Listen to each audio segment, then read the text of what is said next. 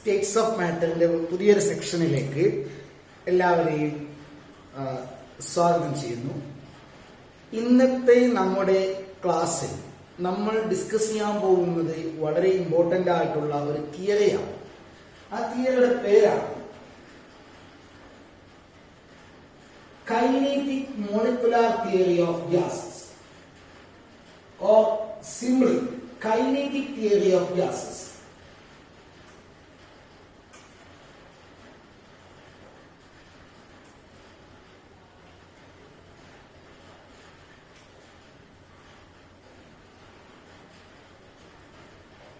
Kinetic theory of gases.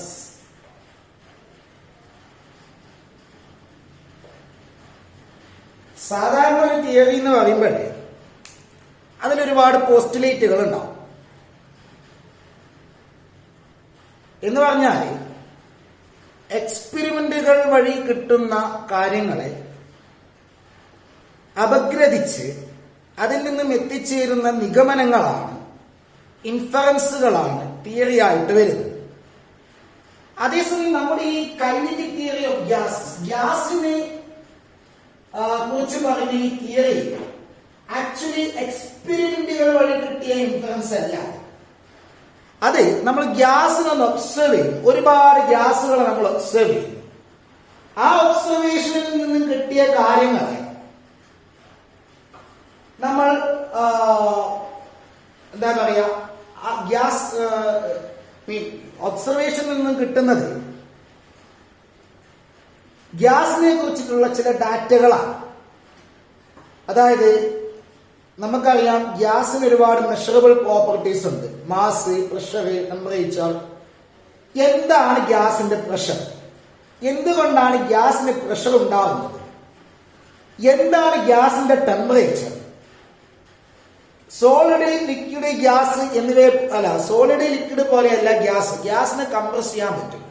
എന്തുകൊണ്ടാണ് ഗ്യാസിനെ compress ചെയ്യാൻ പറ്റുന്നത്?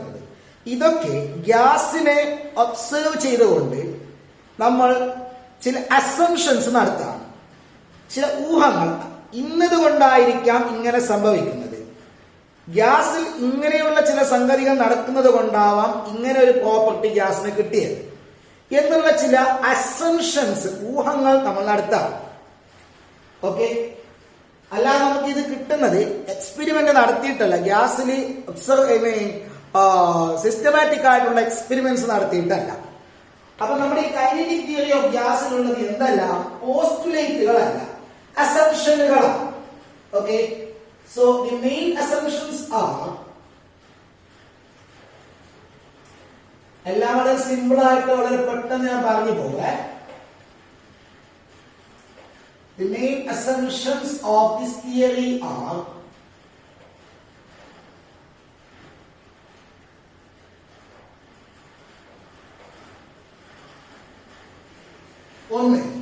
ഒന്നാമത്തെ അസംഷനിൽ പറയുന്നത് എന്താണ് ഗ്യാസ്.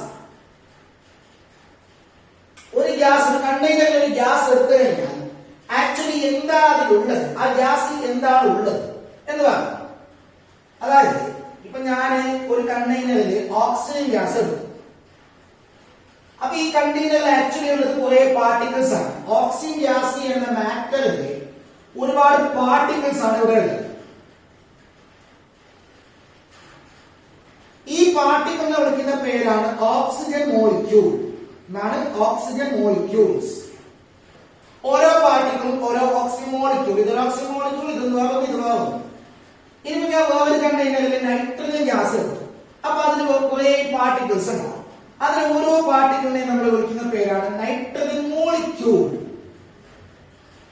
ഓക്കെ, ഇത് വെക്കാം. ഇത് ഒരു ഗ്യാസ് എടുത്തു കഴിഞ്ഞാൽ അതിൽ ഒരുപാട് മോളിക്യൂൾസ് ഉണ്ടാവും. അതായത് ആ ഗ്യാസിന്റെ ഒരുപാട് പാർട്ടിക്കിൾസ് ഉണ്ടാവും.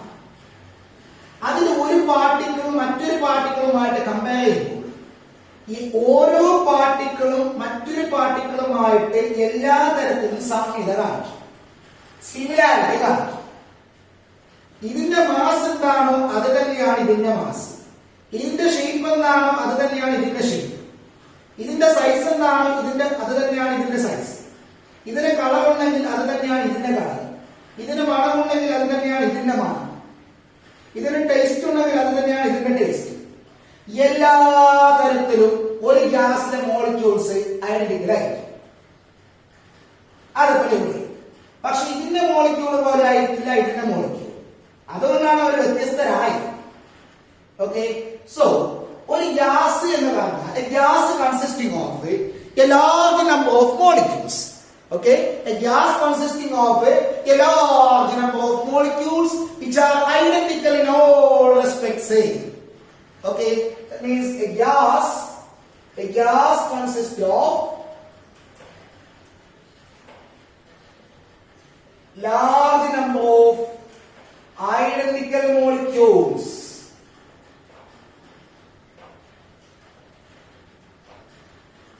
Identical molecules. അപ്പൊ ഇതിൽ ഞാൻ ഇനി വേറെ മോളിക്യൂൾസ് എന്തെന്നൊന്നും വേറെ സെപ്പറേറ്റ് ആയിട്ട് ഡിഫൈൻ ചെയ്യണ്ട. ഇതിൽ തന്നെയുണ്ട് ഗ്യാസിലുള്ളത് ഒരുപാട് മോളിക്യൂൾസ് ആണ്.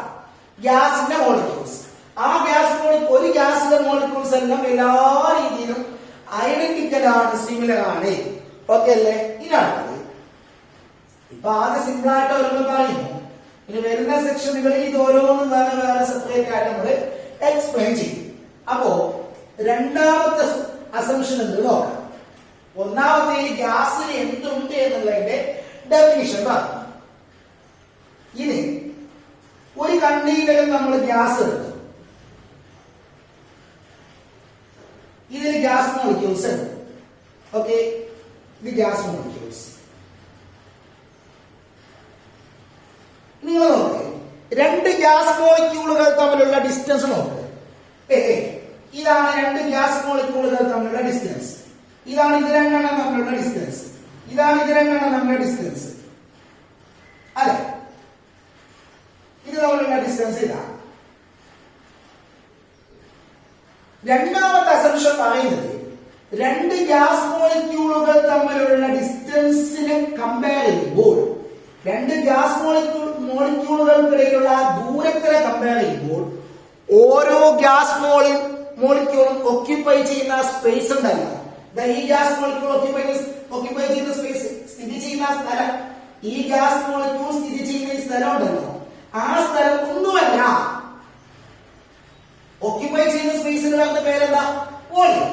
എന്ന് പറഞ്ഞാല് ഒരു ഗ്യാസ് മോളിക്യൂളിന്റെ വോളിയം എന്ന് പറയുന്നത് വളരെ ചെറുതാണ്. എപ്പോൾ compared to the distance between two gas molecules, രണ്ട് ഗ്യാസ് മോളിക്യൂളുകൾ തമ്മിലുള്ള ഡിസ്റ്റൻസിനെ കമ്പയർ ചെയ്യുമ്പോൾ ഒരു ഗ്യാസ് മോളിക്യൂൾ ഒക്യുപ്പൈ ചെയ്യുന്ന സ്പേസ് വളരെ ചെറുതാണ്. അതായത് രണ്ടാമത്തെ അസംഷനിൽ ഒരു ഗ്യാസ് മോളിക്യൂളിന്റെ വോളിയം എത്രത്തോളം ഉണ്ട് എന്ന് പറയും. ഒരു ഗ്യാസ് മോളിക്യൂൾ ഒക്യുപ്പൈ ചെയ്യാൻ ഒരുപാട് സ്ഥലമൊന്നും വേണ്ട, വളരെ ചെറിയ സ്ഥലം മതി.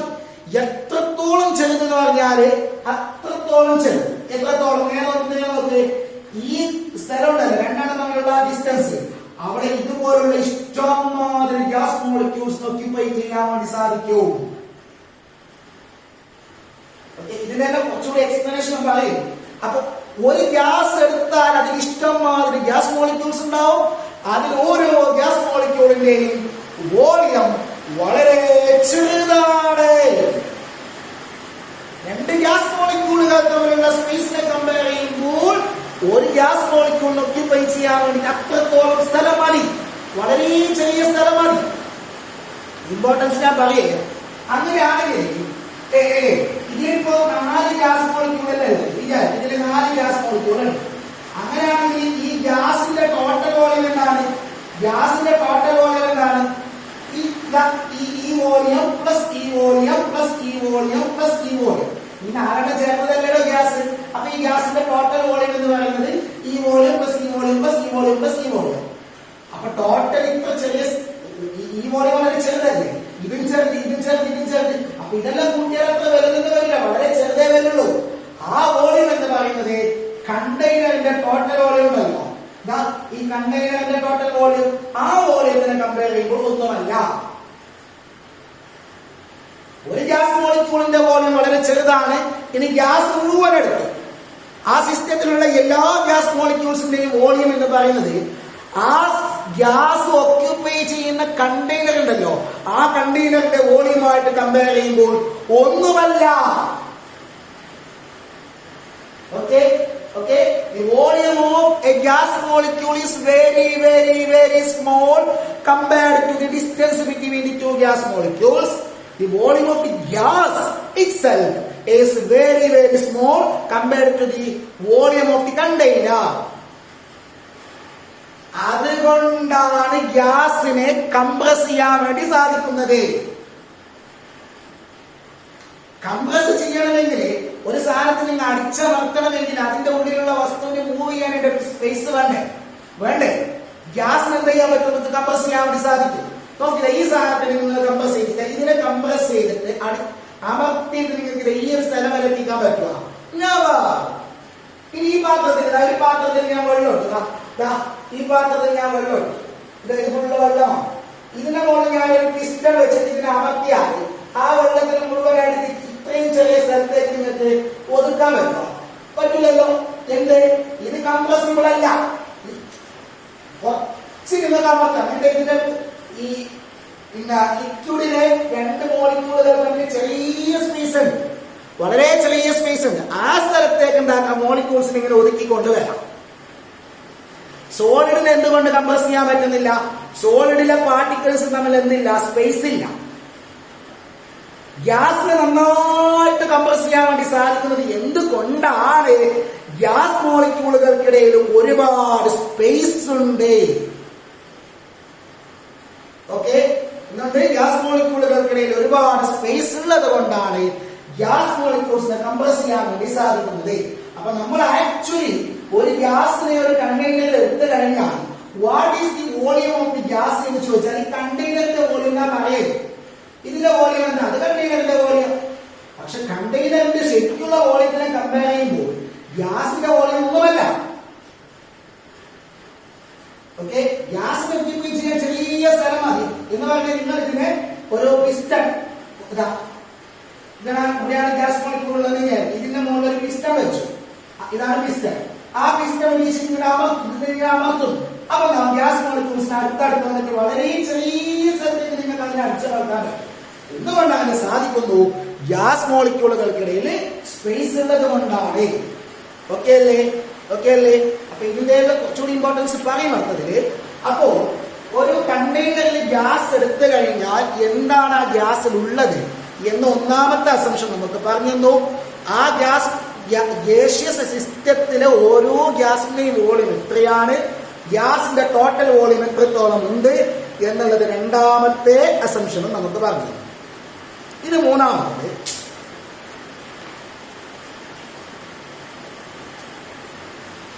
ഇതാണ് നമ്മുടെ കണ്ടെയ്നർ. അപ്പൊ ഗ്യാസ് മോളിക്യൂൾസ് നോക്കിപ്പോയി ചെയ്യാൻ എത്ര സ്ഥലം മതി? വളരെ ചെറിയ സ്ഥലം മതിയല്ലോ.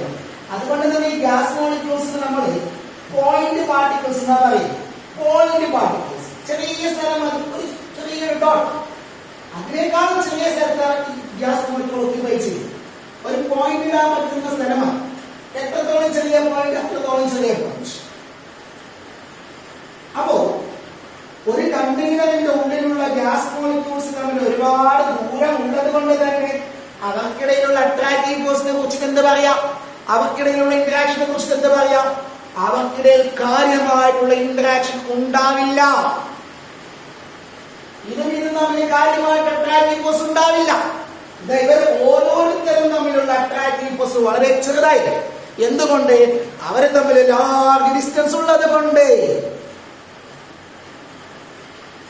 ഓക്കെ, അങ്ങനെയാണെങ്കിൽ അട്രാക്റ്റീവ് ഫോഴ്സ് ഇല്ലെങ്കിൽ എന്ത് ചെയ്യാം? ഒരാൾക്ക് മറ്റൊരാൾ മൂവ് ചെയ്യുന്നതോ അല്ലെങ്കിൽ മറ്റൊരാൾ എവിടെ ഉണ്ടോ എന്നൊന്നും നോക്കണ്ട, സ്വന്തമായിട്ട് തോന്നും പോലെ മൂവ് ചെയ്യാൻ പറ്റുമോ? ഇയാൾക്ക് ഇങ്ങോട്ട് മൂവ് ചെയ്യുമ്പോൾ ഇയാളോട് ചോദിക്കണ്ട, അല്ലെങ്കിൽ ഇയാൾ പറയില്ല നീ അങ്ങോട്ട് പോകണ്ട ഇങ്ങോട്ട് പോകണ്ട, ഇയാൾ പറയില്ല. സോളിഡിന്റെ കേസിൽ എങ്ങനെയാണോ? സോളിഡിന്റെ കേസിൽ ഒരു പാർട്ടിക്കിളിനും ആ സ്ഥലം വിട്ടിട്ട് വേറൊരു സ്ഥലത്തേക്ക് മൂവ് ചെയ്യാൻ പറ്റൂല. ഇയാൾക്ക് ഇങ്ങോട്ട് മൂവ് ചെയ്യാൻ പറ്റൂല. എന്തുകൊണ്ട്? അട്രാക്റ്റീവ് ഫോഴ്സ് സറൗണ്ടിങ്സിലുള്ള മോളിക്യൂൾ എന്താക്കും? അതിനെ പിടിച്ചു വലിക്കും. എന്തുകൊണ്ട്? അവർക്കിടയിലുള്ള ഡിസ്റ്റൻസ് വളരെ ചെറുതാണ്. അവർക്കിടയിൽ ഡിസ്റ്റൻസ് ഇല്ല എന്ന് തന്നെ പറയാം. അതുകൊണ്ട് അട്രാക്റ്റീവ് ഫോഴ്സ് സ്ട്രോങ് ആണ്. അതേസമയം നമ്മുടെ ഗ്യാസിയസ് സിസ്റ്റത്തില് പാർട്ടിക്കിൾസ് തമ്മിലുള്ള ഡിസ്റ്റൻസ് ഒരുപാട് കൂടുതലായതുകൊണ്ട് തന്നെ അവർക്കിടയിലുള്ള അട്രാക്റ്റീവ് ഫോഴ്സ് വളരെ വീക്കാണ്. So particles can move independent independent of one another. Okay അല്ലേ? അപ്പോൾ മൂന്നാമത്തെ പോസ്റ്റുലേറ്റ് പറയുന്നത് എല്ലാവരും അത് രണ്ടാമത്തെ കണ്ടിന്യൂസ് അല്ലേ? രണ്ടാമത്തേൽ പറയുന്നു പാർട്ടിക്കിൾസ് ഉള്ള ഡിസ്റ്റൻസ് കൂടുതലാണ്, അതുകൊണ്ട് അവർക്കിടയിൽ കാര്യമായിട്ട് അട്രാക്റ്റീവ് ഫോഴ്സ് ഇല്ല എന്ന് മൂന്നാമത്തെ അസംഷൻ, പോസ്റ്റുലേറ്റ് അല്ല, മൂന്നാമത്തെ അസംഷൻ പറയുന്നു. എന്താണ് മൂന്നാമത്തെ അസംഷൻ? നമുക്കൊന്ന് കോഡീകരിക്കാം. എന്താണ്? Practically there is no attractive force between the gas molecules so that the molecules can move independent of one another. Particles can move independent of one another. Okay? അപ്പൊ മൂന്നാമത്തതും okay ആയി. അപ്പൊ particles സ്വതന്ത്രമായിട്ട് ആ കണ്ടെയ്നറിന്റെ ഉള്ളിൽ സഞ്ചരിക്കുമെന്നാണ് മൂന്നാമത്തെ assumption പറയുന്നത്. നാലാമത്തെ assumption പറയുന്നത് ആ മോഷൻ എങ്ങനെയാണ്, അവര് മൂവ് ചെയ്യുന്നത് എങ്ങനെയാണ്. നോക്കോ, ഇതാ ഇവിടെ ഒരു ഗ്യാസ് മോളിക്യൂൾ ഉണ്ട്. ഈ ഗ്യാസ് മോളിക്യൂൾ എങ്ങനെ മൂവ് ചെയ്യുന്നു? മോഷൻ വളരെ എന്താണ്? ഇതാ ഈ പാർട്ടിക്കിൾ എന്ന് വേണമെങ്കിൽ ഇത് ഇങ്ങനെ മൂവ്, ഇത് മോഷനാണ്. മൂവ് ചെയ്യുന്ന പാത്തിലാണ്, അല്ലെങ്കിൽ ഇങ്ങനെ മൂവ് ചെയ്യാം, അല്ലെങ്കിൽ ഇങ്ങനെ മൂവ് ചെയ്യാം. അപ്പൊ എങ്ങനെയാണ് ആക്ച്വലി ഒരു ഗ്യാസ് മോളിക്യൂള് കണ്ടെയ്നറിന്റെ ഉള്ളില് അതിന് അവൈലബിൾ ആയിട്ടുള്ള സ്പേസിൽ എങ്ങനെയാണ് ഒരു ഗ്യാസ് മോളിക്യൂള് മൂവ് ചെയ്യുന്നത് എന്നാണ് നാലാമത്തെ അസംഷൻ പറയുന്നത്. ഒരു ഗ്യാസ് മോളിക്യൂൾ മൂവ് ചെയ്യുന്നത് എങ്ങനെ അറിയാവോ? ഈ ഗ്യാസ് മോളിക്യൂൾ ഇങ്ങനെ സ്ട്രെയിറ്റ് ലൈനിലാണ് മൂവ് ചെയ്യുന്നത്. എങ്ങനെയല്ല? ഇങ്ങനെയല്ല, വേവ് മോഷൻ അല്ല, പിന്നെയോ ഇളകുലകായിട്ട് ഇങ്ങനെ മൂവ് ചെയ്യുന്നതല്ല, സ്ട്രെയിറ്റ് ലൈനിൽ മൂവ് ചെയ്യുന്നു. അങ്ങനെ സ്ട്രെയിറ്റ് ലൈനിൽ മൂവ് ചെയ്താൽ എന്ത് സംഭവിക്കണോ? നമുക്ക് സ്ട്രെയിറ്റ് ലൈനിൽ മൂവ് ചെയ്ത് എത്തുമ്പോഴേക്കും അടുത്തിട്ട് അവിടെ നിൽക്കൂല, കുറെ മൂവ് ചെയ്തു അടുത്ത് കുറെ റെസ്റ്റ് എടുക്കും, പിന്നെ ഇങ്ങോട്ട് മൂവ് ചെയ്തു. അങ്ങനെയല്ല, അത് കണ്ടിന്യൂസ് മോഷനാണ്, റെസ്റ്റിലില്ല. എന്താണ്? ഗ്യാസ് മോളിക്യൂൾസ് റെസ്റ്റിൽ നിൽക്കത്തില്ല, അവരിങ്ങനെ കണ്ടിന്യൂസ് ആയിട്ട് മൂവ് ചെയ്യും. അങ്ങനെ കണ്ടിന്യൂസ് ആയിട്ട് ഈ ഗ്യാസ് മോളിക്യൂൾ നോക്കി ഇങ്ങനെ പോകുമ്പോ തീർച്ചയായും ഇവിടത്തേക്ക് എത്തുമ്പോ എന്തായി? കണ്ടെയ്നറിന്റെ വാളുമായിട്ട് കൊളീഷനിൽ ഏർപ്പെടും, കൂട്ടിമുട്ടും. കൂട്ടിമുട്ടിട്ട് എന്താക്കും? ഇതിനെ തുളച്ചിട്ട് അപ്പുറത്തേക്ക് പോയാല, പിന്നെയോ കൂട്ടിമുട്ടിയാലും എന്താകും? അവിടെ നിന്ന് ഇങ്ങനെ തട്ടിക്കളിക്കും. എന്നിട്ട് ഇങ്ങനെ വരും, വേറൊരു സ്ട്രെയിറ്റ് ലൈൻ പാത്ത്, ഡയറക്ഷൻ മാറി. ആള് കൂട്ടിമുട്ടിക്കാൻ പാത്തിന്റെ മോഷന്റെ ഡയറക്ഷൻ മാറുന്നു. ഡയറക്ഷൻ മാറുകയാണെങ്കിൽ എന്താണെന്നില്ല, ഇങ്ങനെ റെഗുലർ മോഷനെ പോകില്ല, പിന്നെ വേറൊരു സ്ട്രെയിറ്റ് ലൈൻ പാത്തിൽ പോകും. ഏതുവരെ? വീണ്ടും വേറൊരു കൊളീഷൻ ഏർപ്പെടുന്നത് വരെ. ഈ കൊളീഷന് വാളുമായിട്ട് തന്നെയാണെന്നില്ല. ഇതാ ഇയാൾ ഇവിടെ മുട്ടിയിട്ട് ഈ പാട്ടിൽ ഇങ്ങനെ വരുമ്പോ വേറൊരു പാട്ടിൽ ആ വഴിക്ക് വരുന്നത് വിചാരിക്കുക, വേറൊരുത്തിന് ഇങ്ങോട്ട് പോകുന്നത് വിചാരിക്കുക. അപ്പൊ രണ്ടുപേരെ അവിടെ വെച്ചിട്ട് കൊളൈഡ് ചെയ്യാം. അപ്പൊ രണ്ട് ടൈപ്പിലുള്ള കൊളീഷൻ ഉണ്ട്. ഒന്ന് കണ്ടെയ്നറിന്റെ വാളുമായിട്ട് കൊളൈഡ് ചെയ്യാം, രണ്ട് ആ മോളിക്യൂളുകൾ പരസ്പരം കൊളൈഡ് ചെയ്യാം. ഓക്കെ അല്ലേ? അപ്പൊ നാലാമത്തെ അസംഷൻ പറയുന്നത് ഈ പിന്നെ ഗ്യാസ് മോളിക്യൂൾസ് സ്വതന്ത്രമായിട്ട് മൂവ് ചെയ്യുമ്പോൾ എന്ത് സംഭവിക്കുന്നു, എങ്ങനെയാണ് മൂവ് ചെയ്യുന്നത്, ആ മോഷന്റെ സമയത്ത് എന്ത് സംഭവിക്കുന്നു, എങ്ങനെയാണ് മൂവ് ചെയ്യുന്നത്? Molecules move independent of one another. അത് മൂന്നാമത്തെ അസംഷൻ പറഞ്ഞു. അങ്ങനെ മൂവ് ചെയ്യുന്നത് എങ്ങനെയല്ല? ഒരു പിന്നെ ഇറഗുലർ ആയിട്ട് ഇങ്ങനെ മൂവ് ചെയ്യുന്നതല്ല, സ്ട്രെയിറ്റ് ലൈൻ പാത്തിലാണ് മൂവ് ചെയ്യുന്നത്. അത് മാത്രമല്ല കണ്ടിന്യൂസ് ആയിട്ടുള്ള മോഷനാണ്. Gas molecules are in a continuous random motion along a straight line. And during that motion, they collide with each other and with the wall of the container. അപ്പൊ gas molecules, ഞാനൊരു gas molecule ആണെന്ന് വിചാരിക്കും, ഞാൻ ഇങ്ങനെ move ചെയ്യുന്നതല്ല. ഞാൻ ഈ gas molecule ഇങ്ങനെ പോയിട്ട് അവിടെ ഇങ്ങനെ അങ്ങോട്ട് അങ്ങനെ പോകുന്ന വഴിക്ക് അവിടെ നിന്ന് ആരെങ്കിലും വന്നാൽ അയാൾ പറഞ്ഞ് ഞാൻ കൂട്ടിക്കൊണ്ടു. അയാളെ കൂട്ടിമുട്ടിയാൽ പിന്നെ അവിടെ പറ്റിച്ച് നിൽക്കുന്നതല്ല, ആ കൂട്ടിമുട്ടിയ രണ്ടാളെ പറ്റിച്ചേർന്ന് നിൽക്കുന്നതല്ല, അതിന്റെ പാത്ത് മാറും. ഒരാളിങ്ങോട്ട് പോകുന്നു, അല്ലെങ്കിൽ ഇങ്ങോട്ട് പോകും. ഓക്കെ അല്ലേ? ഇപ്പൊ നാലായി. ഒന്ന് ഗ്യാസ് എന്നാണ്, രണ്ട് ഗ്യാസിന്റെ വോളിയത്തിനെ കുറിച്ചിട്ടുള്ള അസംഷൻ. മൂന്നാമത്തത് അവരുടെ തമ്മിലൊരു അട്രാക്റ്റീവ് ഫോഴ്സ്.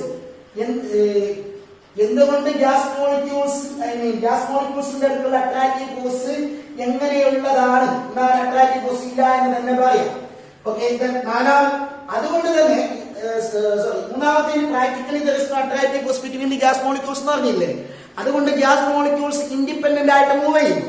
അങ്ങനെ മൂവ് ചെയ്യുന്നത് കൊണ്ടാണ് ഗ്യാസിന് സ്പ്രെഡ് ചെയ്യാൻ വേണ്ടി സാധിക്കുന്നത്. ഒരു കണ്ടെയ്നറിൽ നമ്മൾ ഗ്യാസ് എടുത്തു കഴിഞ്ഞാൽ ഗ്യാസ് എന്താവും, ഞാൻ ഒരു പാത്രത്തിൽ ഗ്യാസ് വന്നോ ഇതാ, ഈ പാത്രത്തിൽ ഗ്യാസ് വന്നു വിചാരിക്കാം. ഞാനതിന് ഈ ഓവനിലേക്ക് ട്രാൻസ്ഫർ ചെയ്യും. അപ്പൊ ഞാൻ ഇങ്ങനെ ഒഴിച്ചു കഴിഞ്ഞാൽ ഇവിടെ തന്നെ നിൽക്കുക ഇല്ല, അതെന്താവും, അതെല്ലായിടത്തേക്കും സ്പ്രെഡ് ചെയ്യുന്നു. എന്തുകൊണ്ട് ഗ്യാസിന് സ്പ്രെഡ് ചെയ്യാൻ വേണ്ടി സാധിക്കുന്നു, ഗ്യാസിന് എന്തുകൊണ്ട് ഡിഫ്യൂസ് ചെയ്യാൻ വേണ്ടി സാധിക്കുന്നു, അവൈലബിൾ ആയിട്ടുള്ള സ്പേസിലേക്ക് കിട്ടുന്ന സ്ഥലത്തേക്കെല്ലാം വ്യാപിക്കാൻ എന്തുകൊണ്ട് ഗ്യാസിന് സാധിക്കുന്നു എന്നതിന്റെ എക്സ്പ്ലനേഷൻ ആണ് ആക്ച്വലി മൂന്നാമത്തെ അസംഷൻ. ഓക്കെ, രണ്ടാമത്തെ അസംഷൻ എന്തിനുള്ള എക്സ്പ്ലനേഷൻ ആണ്, എന്തുകൊണ്ട് ഗ്യാസിന് കംപ്രസ് ചെയ്യാൻ വേണ്ടി സാധിക്കുന്നു. ഓക്കെ അല്ലേ. അപ്പൊ നാലാമത്തെ എന്താ പറഞ്ഞത്, ഗ്യാസ് മോളിക്യൂൾസ് ഒരു കണ്ടെയ്നറിന്റെ ഉള്ളിലുള്ള ഗ്യാസ് മോളിക്യൂൾസ് കണ്ടിന്യൂസ് ആയിട്ട് മൂവ് ചെയ്യുന്നു. ആ മോഷന്റെ സമയത്ത് അവർ പരസ്പരം കൊളൈഡ് ചെയ്യുന്നു. അതുപോലെ തന്നെ കണ്ടെയ്നറിന്റെ വാളുമായിട്ട് അത് കൊളൈഡ് ചെയ്യുന്നു. ഇനി അപ്പൊ അതിൻ്റെ ഇടയിൽ കൊളീഷൻ നടക്കുന്നു എന്ന്, അതിന്റെ ഉള്ളിൽ അപ്പൊ ഒരുപാട് കൊളീഷൻസ് നടക്കും. ഒരു കണ്ടെയ്നറിൽ ഗ്യാസ് മോളിക്യൂൾ എടുത്തു കഴിഞ്ഞാൽ ഒരുപാട് കൊളീഷൻസ്, ഒരുപാട് ഇടികൾ ഇങ്ങനെ നടക്കണം. പരസ്പരമുള്ള ഇടികളും പിന്നെ കണ്ടെയ്നറിന്റെ വാളുമായിട്ടുള്ള കൊളീഷൻ, ഒരുപാട് ഇടികൾ അങ്ങനെ നടക്കാൻ. ആ കൊളീഷൻസിന് ഒരു പ്രത്യേകതയുണ്ട്. ആ പ്രത്യേകതയാണ് അഞ്ചാമത്തെ അസംഷൻ പറയുന്നത്. These collisions are completely elastic. The collision between the gas molecules are completely elastic. അതെന്താ ഇലാസ്റ്റിക് എന്ന് പറഞ്ഞാല്,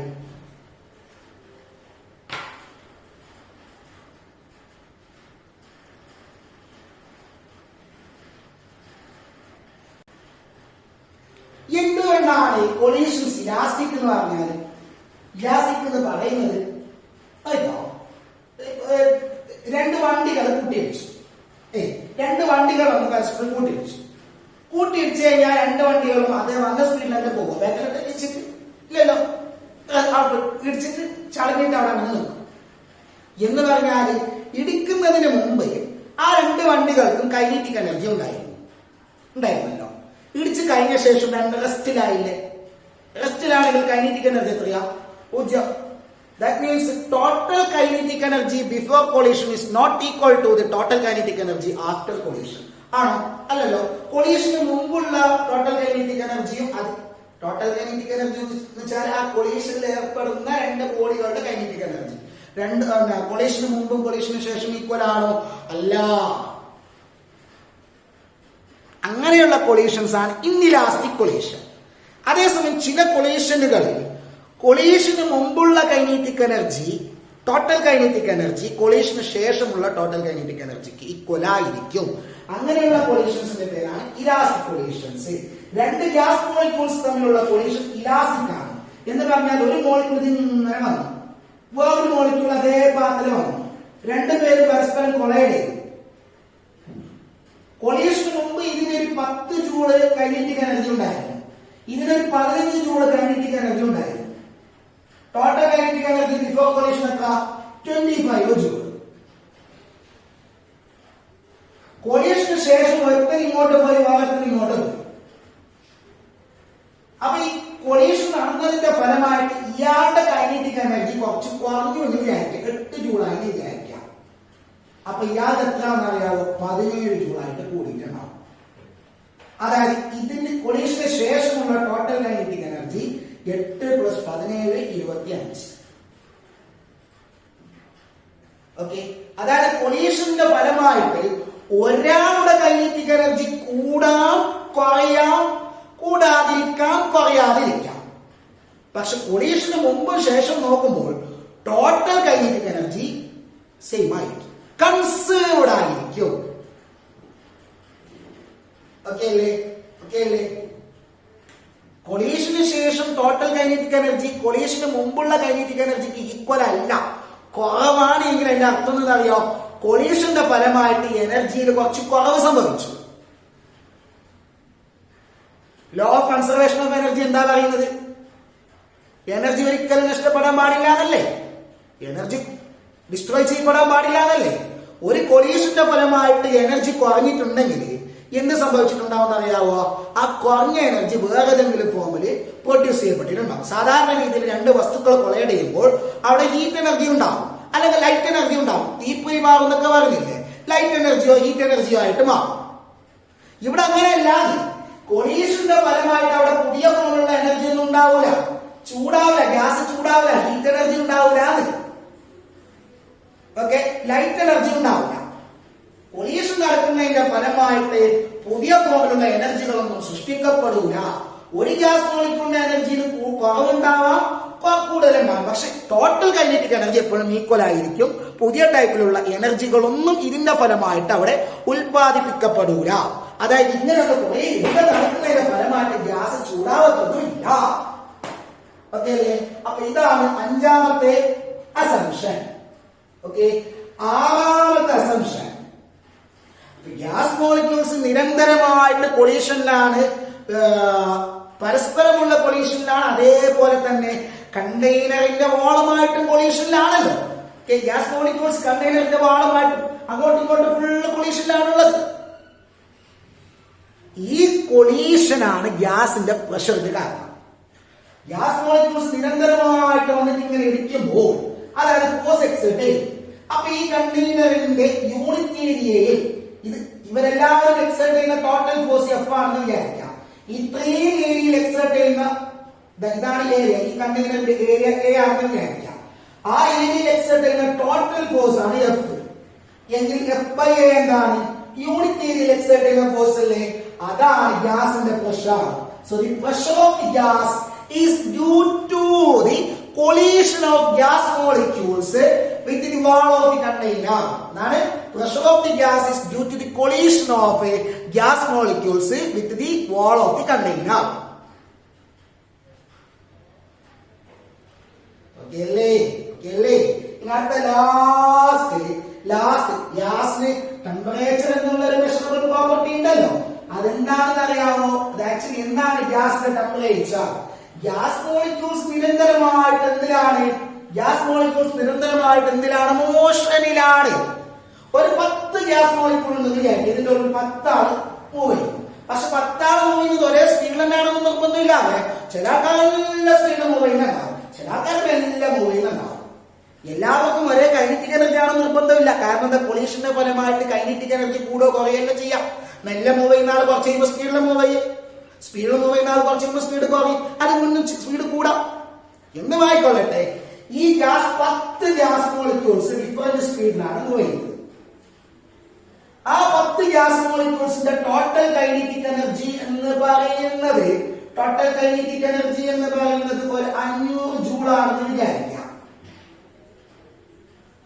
ഓക്കെ, എല്ലാവരും 10 ആളുടെ ടോട്ടൽ കൈനറ്റിക് എനർജി 500 ജൂൾ. അതിന് ഞാൻ 10 കൊണ്ട് ഡിവൈഡ് ചെയ്യും. അപ്പൊ എനിക്ക് എന്ത് കിട്ടും? 50 ജൂൾ കിട്ടും. അത് ആക്ച്വലി എന്താണ്? Average kinetic energy of gas molecule.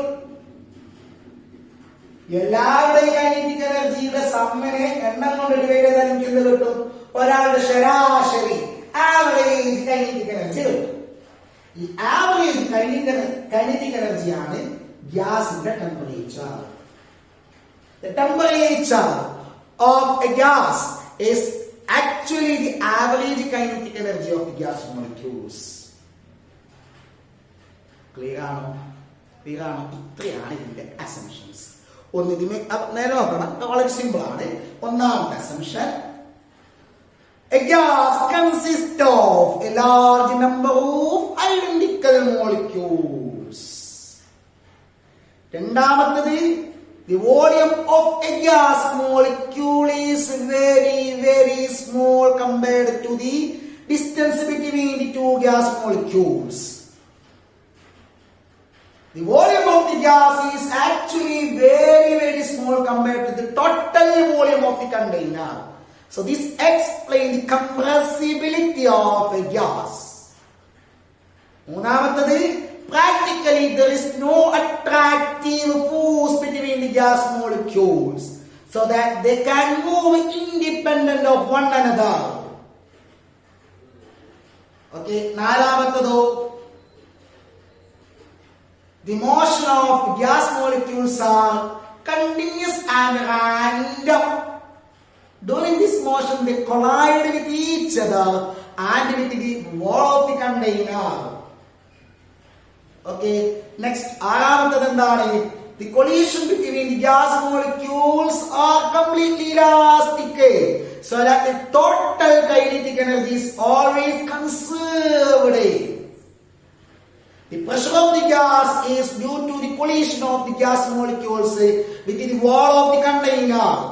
And last one, the temperature of a gas molecule, temperature of a gas is actually the average kinetic energy of the gas molecules, or average kinetic energy of the gas molecules is proportional to the temperature of gas in Kelvin. Okay? Then